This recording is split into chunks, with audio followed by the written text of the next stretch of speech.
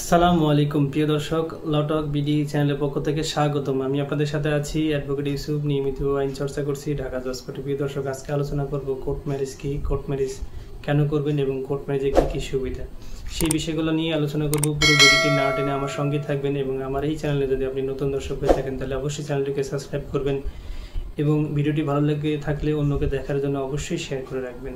তো চলুন প্রিয় দর্শক, প্রথমে কোর্ট ম্যারেজ কি এই বিষয় নিয়ে আলোচনা করি। প্রিয় দর্শক, কোর্ট ম্যারেজ হচ্ছে এমন একটি বৈধ বিবাহ পদ্ধতি যা সরকারি রেজিস্টারের সামনে আইনি প্রক্রিয়ায় সম্পন্ন হয় ধর্মীয় রীতিনীতি মেনে, যা দুইজন প্রাপ্তবয়স্ক নারী এবং পুরুষ উভয় সম্মতিতে স্বেচ্ছায় সাক্ষীগণের উপস্থিতিতে রেজিস্ট্রেশনের মাধ্যমে বিবাহ বন্ধনে আবদ্ধ হন, তাকেই কিন্তু কোর্ট ম্যারেজ বলে। প্রিয় দর্শক, কোর্ট ম্যারেজ কেন করবেন তার আগে একটু আলোচনা করে নিই। 2025 সালে এসে ইয়াং জেনারেশন কিন্তু কোর্ট ম্যারেজ অনেক প্রাধান্য দিচ্ছেন বা অনেকেই কোর্ট ম্যারেজ করতেছেন। কারণ দেখা যাচ্ছে যে আমরা দীর্ঘদিন রিলেশনে থাকি, রিলেশন থাকা অবস্থায় কিন্তু আপনারা চিন্তা ভাবনা করেন যে আপনার ফ্যামিলি যেহেতু মানতেছে না, অথবা ছেলের ফ্যামিলি অথবা মেয়ের ফ্যামিলি কোনো কারণে মানতেছে না, তখন কিন্তু আপনারা কোর্ট ম্যারেজ করার সিদ্ধান্ত নেন। এই ক্ষেত্রে যখন কোর্ট ম্যারেজ করবেন সিদ্ধান্ত নিচ্ছেন, সেই ক্ষেত্রে কিন্তু অবশ্যই একজন আইনজীবীর শরণাপন্ন হতে হবে, একজন আইনজীবীর চেম্বারে যেতে হবে, গিয়ে আপনার সমস্যার কথা বলতে হবে। সমস্যার কথা বলার পরে কিন্তু তিনি আপনাকে কোর্ট ম্যারেজের ব্যবস্থা করে দিবেন। প্রিয় দর্শক, কোর্ট ম্যারেজ করতে আপনার কি কি কাগজপত্রের প্রয়োজন হবে সেটি একটু আলোচনা করার বিষয়।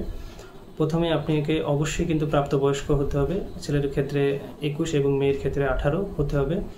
এবং অবশ্যই আপনাদের কিন্তু এনআইডি কার্ড থাকা লাগবে। যদি এনআইডি কার্ড কোনো কারণে না থাকে তাহলে কিন্তু জন্ম নিবন্ধন কার্ড থাকা লাগবে এবং 2 কপি ছবি লাগবে।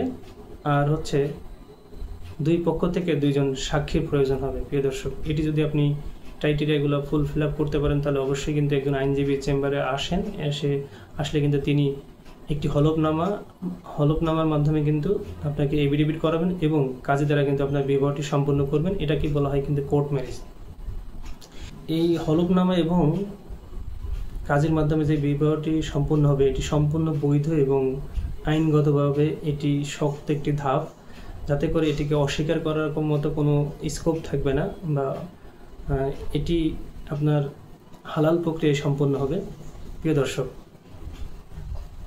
এই কোর্ট ম্যারেজ করলে আপনার কি কি সুবিধা হতে পারে সেটি নিয়ে আলোচনা করি।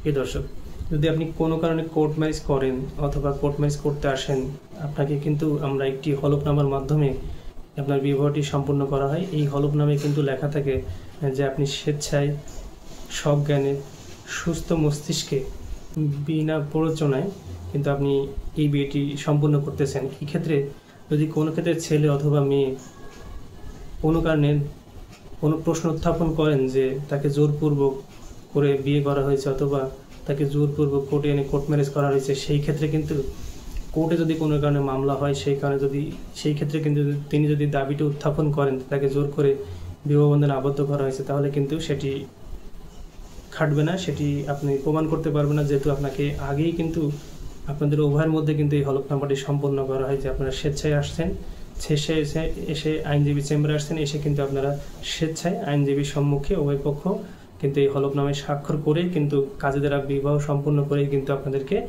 এই ক্রাইটেরিয়া ফুলফিল আপ করা হচ্ছে বা এই কোর্ট ম্যারেজটি সম্পূর্ণ করা হচ্ছে। সেই ক্ষেত্রে আপনারা কিন্তু কোনো কারণে কিন্তু এই বিবাহকে অবৈধ বা বেআইনি বলতে পারবেন না। এটি ইসলামের দিক হোক অথবা আইনি প্রক্রিয়ার দিক যেটি বলেন না কেন, এটি পরিপক্ষ এবং শক্ত একটা কঠিন একটি ধাপ বলতে পারেন।